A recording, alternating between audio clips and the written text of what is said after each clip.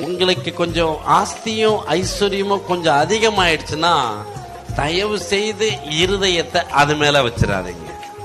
அதனாலதான் தேவன் சிலருக்கு ஆசீர்வாதத்தை கொடுக்கறதுக்கு பயப்படுறாரு.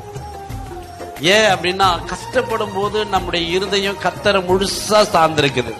என் முழு உள்ளத்தோடு கொஞ்சம் பர்சு கொஞ்சம் தடியாயிட்டா, கொஞ்சம் கோல்டு கொஞ்சம் கூடிடுச்சுன்னா, கொஞ்சம் சில்வர் கொஞ்சம் கூடிடுச்சுன்னா, கொஞ்சம் பேங்க் பேலன்ஸ் ஏறிடுச்சுன்னா இருதயம் என்ன பண்ணிடுது?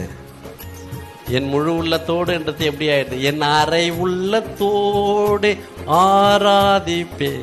இன்னும் கொஞ்சம் அதிகமாச்சுன்னா என் கால் உள்ளத்தோடு. அவங்க அப்படிதான் நடக்குது. பாரு, எவ்வளோ வந்தாலும் சரி, எவ்வளோ பெருகினாலும் சரி, ஐஸ்வர்யமும் கனமும் அவருடைய கரத்துல இருக்கு. அவருக்கு மிஞ்சினது நமக்கு எதை வேண்டாம்.